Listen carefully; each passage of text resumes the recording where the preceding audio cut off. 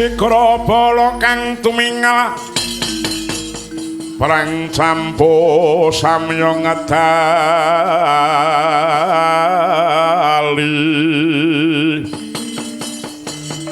ler tatet wilateng kanta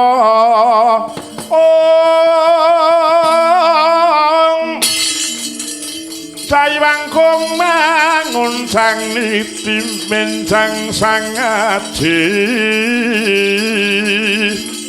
mijil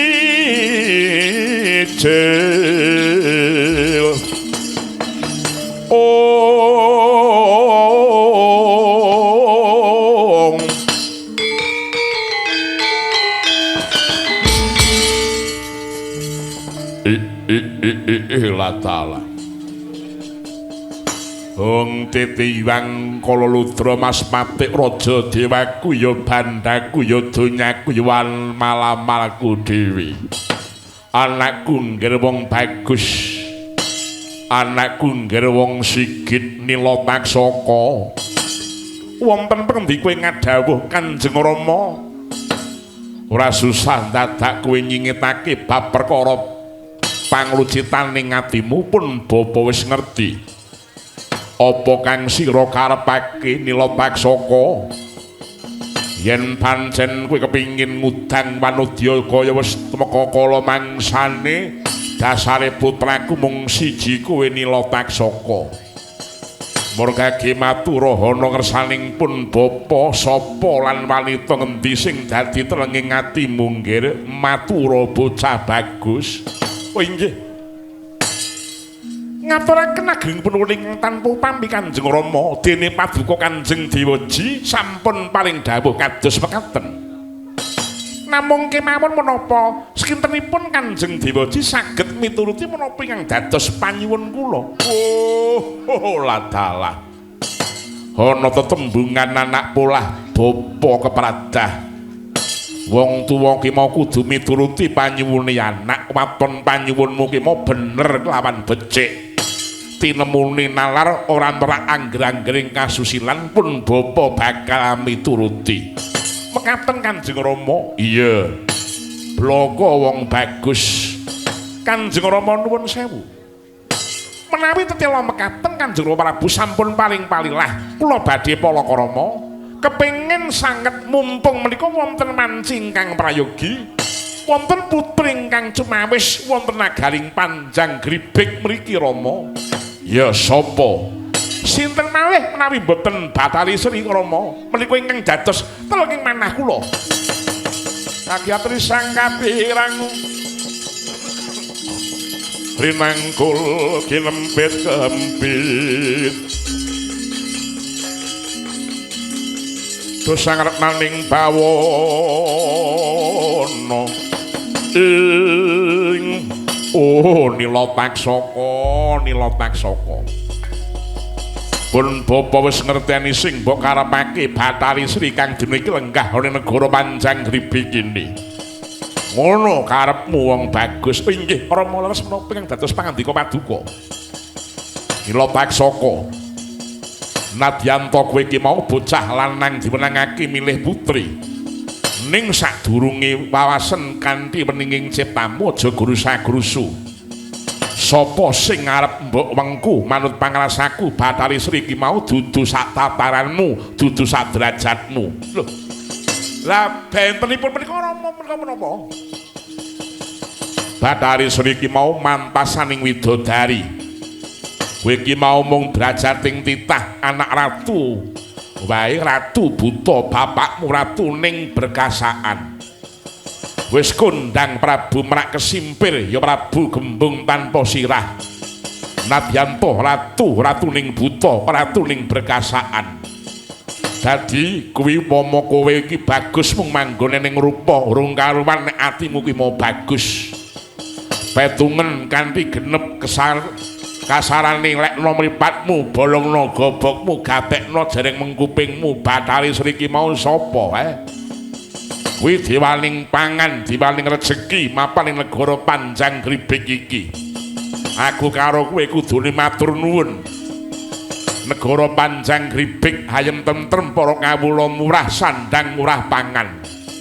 Ya sabab Bathari Sri lenggah ana ing negara Panjang Gribik ngelingono ana sadurunge Bathari Sri lenggah ana ing kene iki negaramu kaya ngapa. Mula nggih Nila Taksaka kowe tak kudang-kudang bisa ngreksa katentreman ing negara ing Panjang Gribik ini. Ora susah ngreksa kawulamu. Ora usah dadak ngreksa lan marang wong atuwamu ning pikiran kawulamu kabeh. Nadyan kowe ngreksa bapakmu tanpa ngreksa kawulamu ora ana gunane. Mula tak jaluk supaya Bathari Sri kaprem marem karem penggalihe ana negara Panjang Gribik aja mbok ganggu kowe ngerti ya. Kanjeng Rama piye? Kanjeng Rama menika sampun nate dados nem-neman menapa dereng? Lah kowe iki edan apa piye ya? Anane aku ki tuwa mbiyen aku ki wis tau dadi cah enom goblokmu ki lho. Kowe iki mau enom durung tau dadi wong tuwa kaya bapakmu iki le. Nek kowe mejang karo wong tuamu kaya pinter-pinter dhewe kowe. Apa peh kowe saiki wis potong kaya ngono mejang karo wong tuamu kowe. Wong kowe dhewe ya urung bener. Nganti Nurdin ngomong, "Oh kok cah iki kok gonta-ganti pasangan terus lho." Lah nggih.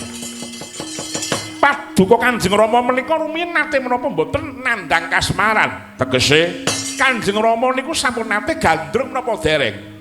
Karepe aku wis tau nandhang kasmaran apa durung ngono? Oh, kowe iki goblok. Lah kowe iki sak kuku ireng kowe urung eneng ngono. Aku gandrung entek apa-apa, bapakmu gandrung kuwi nganggo cara sing becik kok le. Ora kaya dapurmu kuwi aku nganggo petung sing genep kok. Nek kowe rak sapa-sapa mbok senengi. Oh. Aku nganggo petung sing genep sing sak umur-umuranku sing sak tataranku kok. Nek kowe iki ora cah enom ora doyan, lha goblokmu kowe wong pekok ngono kowe iki. Sak bangsaku kowe iki ngrangsang kedhuwuren paribasane wong wuta ngibri jagat cecak nguntal empyak ora bakal bisa kelakon. Kanjeng Rama tresna menika wuta. Aku ngerti wong tresna ki wuta ning katresnan kuwi nek wuta tenan ora nganggo petung sing genep. Woh, lah mbileni lelakonmu bakale. Kanjeng Rama telenging manah kula menika kejawi ampung Bathari Sri menawi kula mboten kelampan nenggal wong Bathari Sri kula entengake pejah kula Rama.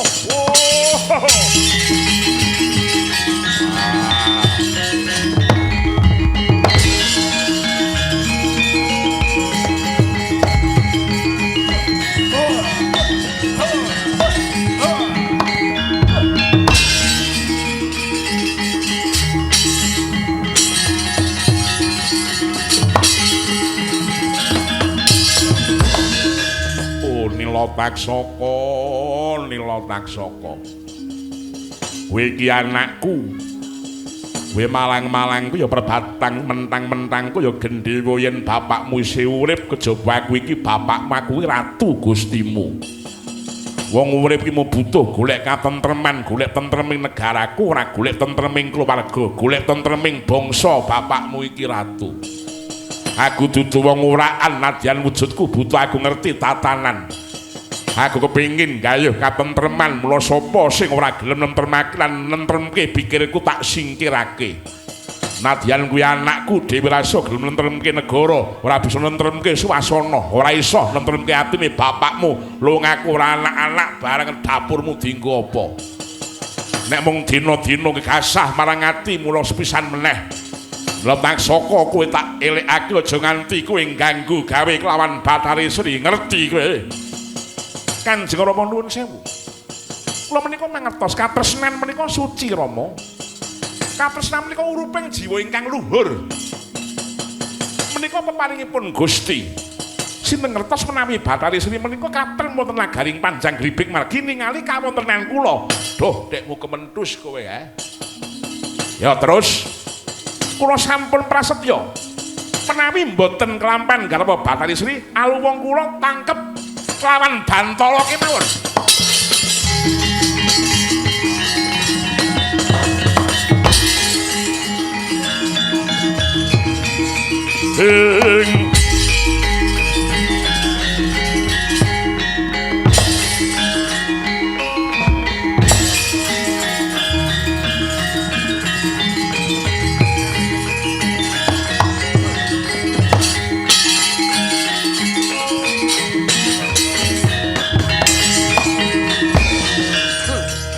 mongko kandhine tumuwuh salami mung awas eling-eling lukitaning alam eling lukitaning alam ing kagiat raos sing manah kula sinuwun kepareng nimbal ingkang ngabdi kepatihan kula pun pantih Denda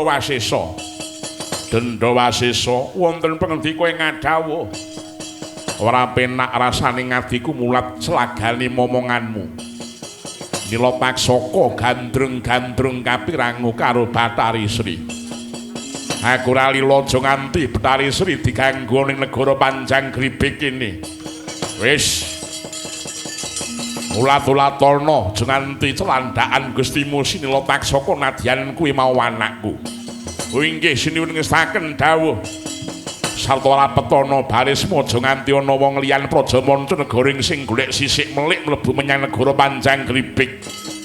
Nok-non inggih ngesaken dawuh paduka pareng amit padha pasulan sinuwun. Uga-uga dika ngati-ati aja kongsi lali.